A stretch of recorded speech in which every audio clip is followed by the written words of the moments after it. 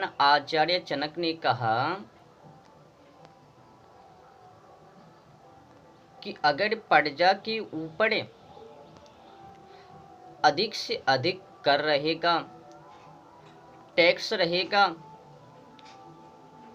तो फिर अधिक से अधिक लूट होगा। जो ही अधिक से अधिक लूट होगा तो ही प्रजा भिखारी बनेगा।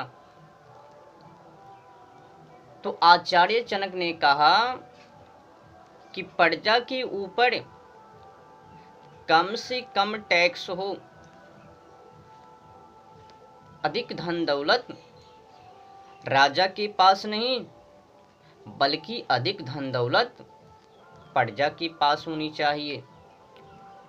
पता नहीं राजा अधिक धन को पाकर कब बिगड़ जाए, कब मलट जाए। अगर अधिक धन को पाकर राजा बिगड़ जाए तो फिर समस्या समाजों में आ जाए।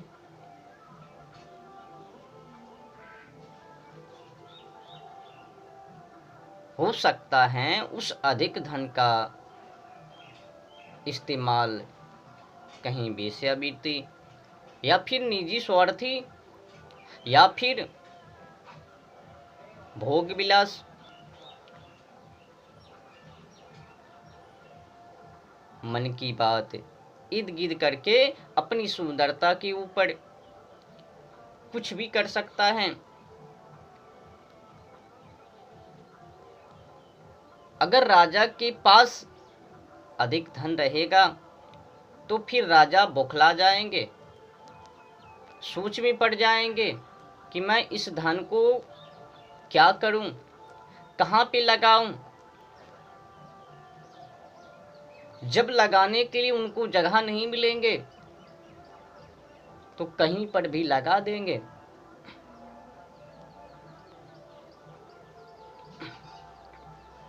इसीलिए राजा के पास कम से कम धन हो ताकि राजा बौखलाए ना, पागल ना हो, अपनी सुंदरता के ऊपर बड़ी रकम को ना फेंके।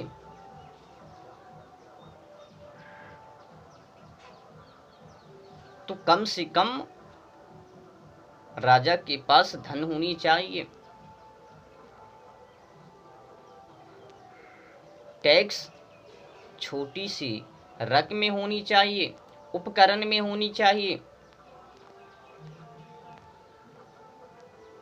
आचार्य जनक ने कहा कि अगर प्रजा के ऊपर अधिक धन टैक्स कर लगा देता है तो फिर प्रजा यूं भी गरीब। अगर प्रजा गरीब है तो फिर समाजों में क्रूरता बढ़ जाएगा, लंपंग, चोरी, लुटेरी सब शुरू। गरीबी में क्या नहीं करता, कुछ भी करने के लिए तैयार हो जाए, हो जा पावे। तो राजा को चाहिए कि प्रजा की गरीबी कम करे, अधिक गरीबी में प्रजा को ना जिलाए। अगर प्रजा अधिक गरीबी में जिएंगे तो फिर वो चोरी करेंगे, लंपंग बन जाएंगे, लफूंगा लचुंगर बन जाएंगे, अनेक बीमारी समाजों में उत्पन्न कर देंगे केवल गरीबी के कारण। तो टैक्स हो तो छोटी रकम में, उपकरण में, ताकि प्रजा भिखारी ना बने।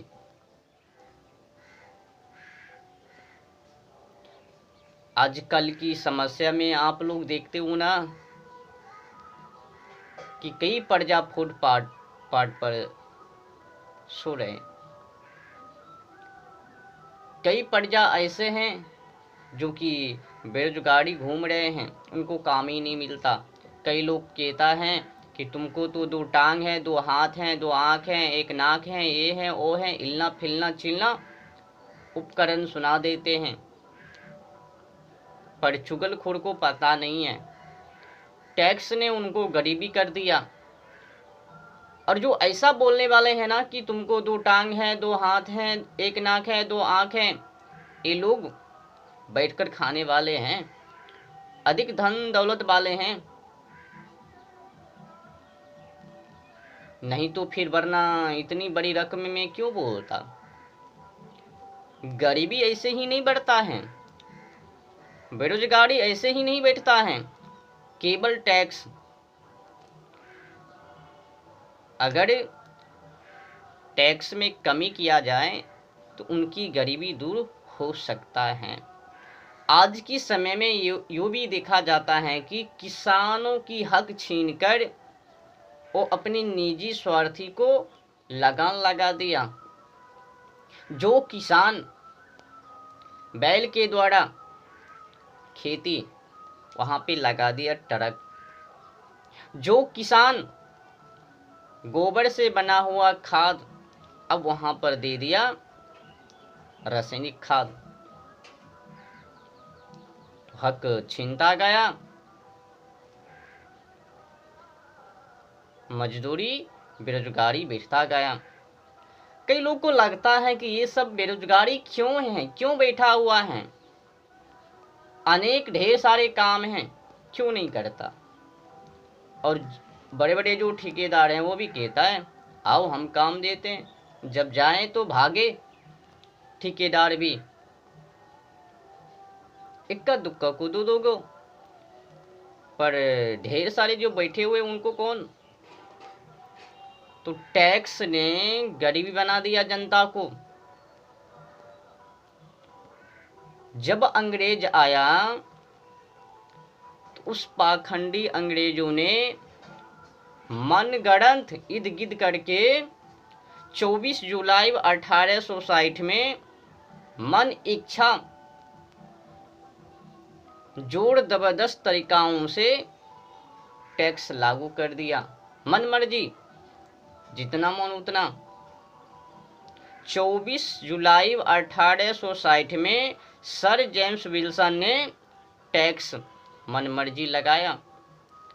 परिणाम क्या निकला। जनता धीरे धीरे गरीब की ओर बढ़ता गया और वही टैक्स आज भी लागू हैं।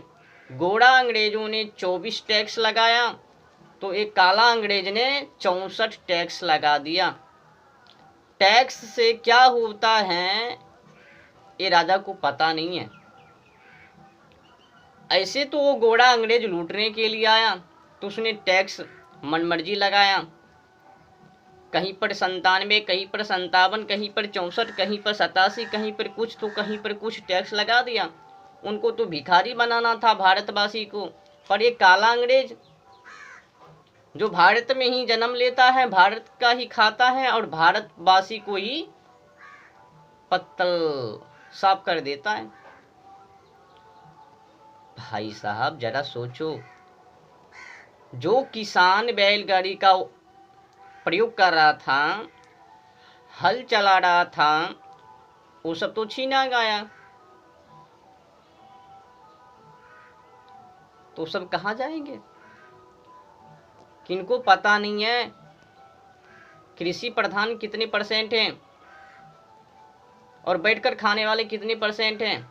जब किसानों से उनका हल, उनका बैलगाड़ी छीना जाएगा, उस जगह पर ट्रैक्टर दिया जाएगा, उस जगह पर फाड़ दिया जाएगा, तो फिर वो किसान का काम कहाँ जाएगा। जी महाराज, इस पे तो विचार ही नहीं होता।